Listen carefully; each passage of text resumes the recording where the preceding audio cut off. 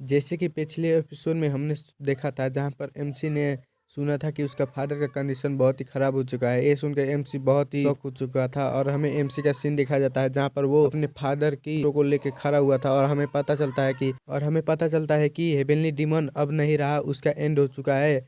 और हमें एमसी बताता है आखिर ये कैसे हुआ और हमें कुछ देर पहले का सीन दिखाया जाता है जहाँ पर एमसी दौड़ते हुए जाता है और दरवाजा खोल के कहता है फादर, और कहता है क्या हुआ। तभी एमसी के साइड पे एक सर्वेंट था जो कहता है वेल, हमारे मास्टर को जो इंजरी मिला था पिछले वाले बैटल में माउंटेन पे, उसी इंजरी की वजह से इनका इंटरनल ऑर्गन डैमेज हो चुका है और वो अब ज्यादा होल्ड नहीं कर सकते हैं। अभी असुरा हेवनली डीमन लॉर्ड कहता है यू गैंग मेरे बच्चे, क्या तुम इधर हो। ये सुनकर एमसी कहता है मैं यहीं पे हूँ, और मन में ही कह रहा था शरीर देखने पर लग रहा है कि ये तो अभी बोलने के भी हालत में नहीं है। अभी असुरा हेवनली डीमन लॉर्ड कहता है मेरे बच्चे ध्यान से सुनो, अब से इस कल्ट का नया लीडर तुम ही हो। ये कहकर हेवनली असुरा डीमन लॉर्ड का दी एंड हो जाता है। और ये सुनकर एमसी कहता नहीं ये नहीं हो सकता, और हमें एमसी का सीन दिखाया जाता है जहाँ पर एमसी कह रहा था मैं अब इस सेक्ट को कभी भी नहीं छोड़ सकता हूँ। अभी एमसी के पीछे एक बंदे का सीन दिखाया जाता है। ये देखकर एमसी को महसूस हो जाता है और कहता है लगता है कोई ऐसा बंदा मेरे रूम में आया है जो कि कभी भी मैंने उसे नहीं देखा है। और कहता है बिना परमिशन के मेरे रूम में तुम क्यों आए हो, आखिर हो कौन तुम। अभी वो बंदा कहता है मेरे रूडनेस के लिए मुझे माफ कर देना,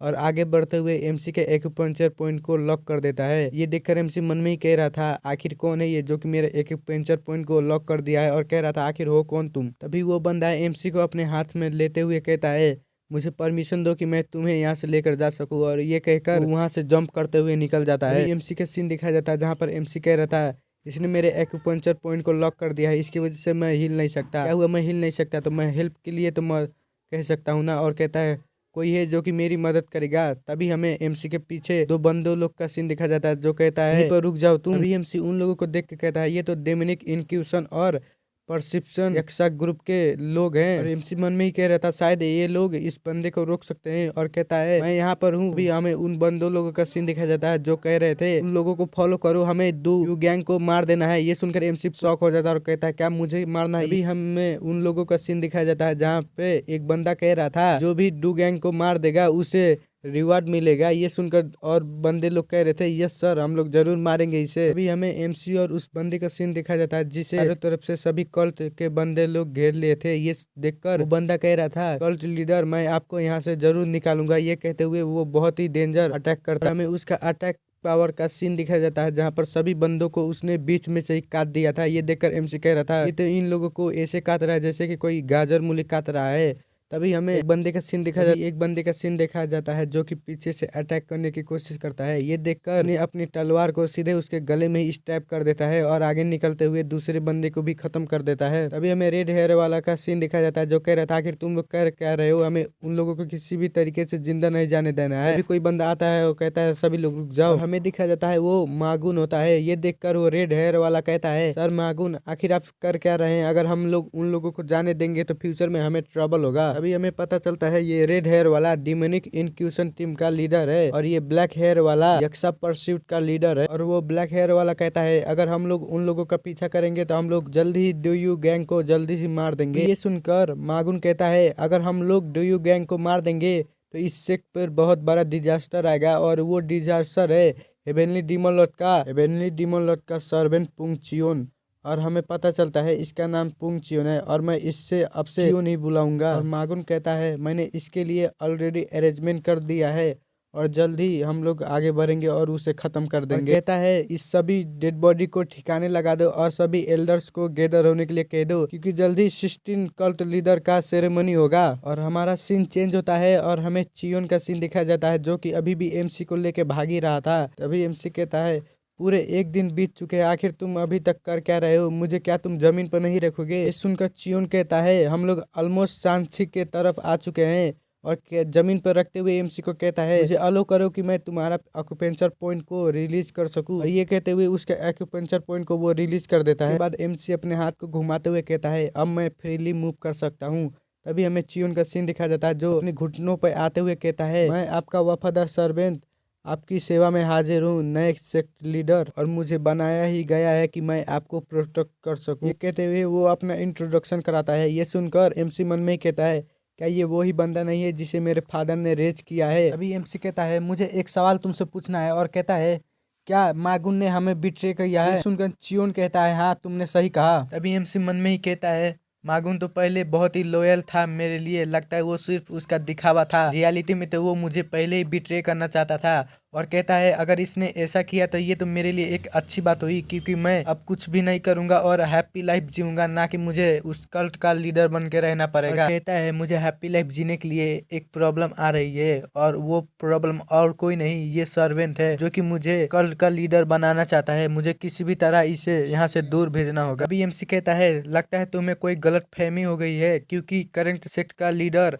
मैं नहीं मागुन है, इसीलिए अब तुम्हें मुझे नहीं उसे सर्व करना चाहिए। सुनकर चियोन कहता है मेरा लीडर असुरा हेवनली डीमन लीडर है और उसका वंशज ही मेरा अगला लीडर होगा, इसलिए मैं चाहता हूँ कि तुम अपने कमांड को वापस लो। अभी एमसी मन में ही कहता है इसे देखने से लग तो नहीं रहा है कि जो ये मुझे हिट करेगा, और कहता है तुम मुझे अपना करंट लीडर मानते हो और तुम मेरे कमांड को दिस से ओबे कर रहे हो, आखिर तुम करना क्या चाहते हो? कहता है मैं तुम्हें कमांड दे रहा हूँ कि तुम मुझे छोड़ के चले जाओ। ये सुनकर वो सर्वेंट गुस्सा हो जाता है और बहुत जोर के पंच मारने के लिए आ रहा था। ये देख के एमसी डर जाता है और हमें बहुत ही बड़ा ब्लास्ट दिखाया जाता है जंगल में। अभी हमें दिखाया जाता है उस पंच को चियोन ने एमसी पर नहीं पहाड़ पे मारा था, और हमें दिखाया जाता है चियोन कहता है कि मैंने अपने लॉर्ड का ऑर्डर को फॉलो नहीं किया, इसीलिए मुझे पनिशमेंट मिलनी चाहिए। ये कहते हुए वो अपने सर को दीवार में पीट रहा था। इसकी वजह से बहुत सारे स्टोन नीचे गिर रहे थे, इसके वजह से एमसी को चोट भी लग रहा था। एमसी बहुत जोर से कहता है आखिर तुम आधी रात को करना क्या चाहते हो? पूरे जंगल में हंगामा हो रहा है। ये देखकर कल्ट लीडर कहता है मैं तब तक नहीं रुकूंगा जब तक तुम मुझे कमांड करोगे एज अ कल्ट लीडर। सुनकर एमसी कहता है मैं कहता हूँ तुम रुक जाओ एज अ कल्ट लीडर के हिसाब से। अभी के अभी ये सुनकर चियोन वहीं पर स्टेट खड़ा हो जाता है। ये देखकर एमसी कहता है फादर आखिर ये इंसान है क्या? एमसी अपने सर पकड़ते हुए कहता है सबसे पहले हमें इस माउंटेन से नीचे जाना होगा कहीं पर रहने के लिए, और कहता है फादर ने तुम्हें कितने पैसे दिए हैं? ये सुनकर चियोन कहता है मुझे माफ कर देना होने वाले कल्ट लीडर, मेरे पास 1 रुपए भी नहीं है। मुझे लगता है कि आपको यहीं पर आज रात बितानी पड़ेगी इसी माउंटेन पर।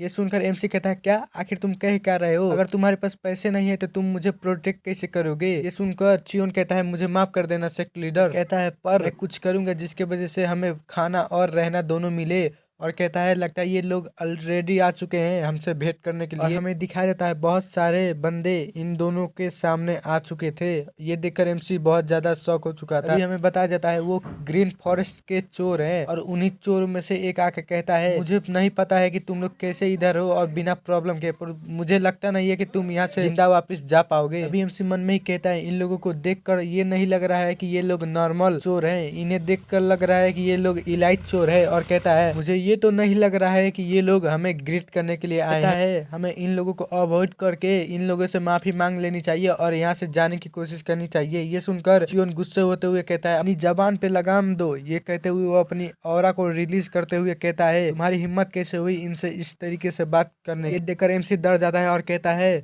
चियोन आखिर तुम करना क्या चाहते हो? और कहता है चलो जल्दी से माफी मांगो, मेरे बाद तुम भी माफी मांगो। और वो मेंबर्स का लीडर कहता है क्या तुम हमारा बेइज्जती करना चाहते हो? और कहता है इन लोगों पर अटैक करो। तभी सभी बंदे लोग एमसी और चियोन पे बो एंड एरो से अटैक करते हैं। अभी हमें वो अटैक दिखाया जाता है जो कि सीधा एमसी और चियोन के ऊपर जा रहा था। अभी हमें चियोन का सीन दिखाया जाता है जो गुस्सा होते हुए कहता है मैंने कहा अपनी जबान पर लगाम दो। ये कहते हुए वो बड़ा सा स्लैश करता है और सभी अटैक को खत्म कर देता है। ये देखकर वो लीडर कहता है इसे देखने से नहीं लग रहा है कि ये कोई नॉर्मल बंदा है, और अपने सभी मेंबर्स को कहता है जल्दी से यहाँ से रिट्रीट करो। अभी हमें उसके पीछे चियोन को दिखाया जाता है जो कहता है क्या तुम अभी भी एरोगेंट बन रहे हो? ये कहते हुए उसका सर को पकड़ के मोड़ देता है, और ये देखकर लग रहा था कि वो मर गया। तो ये देखकर कहता है तुम इस तरीके से इंसानों को नहीं मार सकते। ये सुनकर चियोन कहता है ये अभी तक मरा नहीं। ये सुनकर एमसी कहता है आखिर तुम कहना क्या चाहते हो? तभी चियोन उस बंदे से कहता है मेरे मास्टर को रेस्ट करना है, इसीलिए तुम अपने विलेज में इन्हें लेके चलो।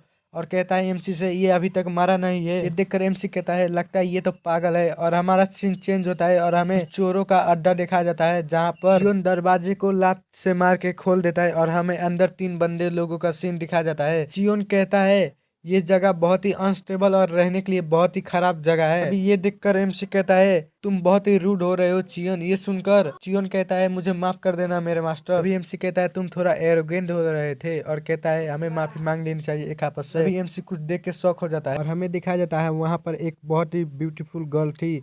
उसे देखकर एमसी कहता है आखिर कोई बैंडिट के ग्रुप में ऐसा ब्यूटीफुल गर्ल कहाँ से आ सकता है? और कहता है जो भी हो मुझे इसे प्रोटेक्ट करना चाहिए। और कहता है चियोन तुम्हें कैसे भी इस गर्ल को प्रोटेक्ट करना है। अभी उस लड़की का सीन दिखाया जाता है जहाँ पर वो लड़की कहती है आज की रात बहुत खूबसूरत है और कहती है तुम दोनों बास्टर्ड यहाँ पर आ क्यों रहे हो।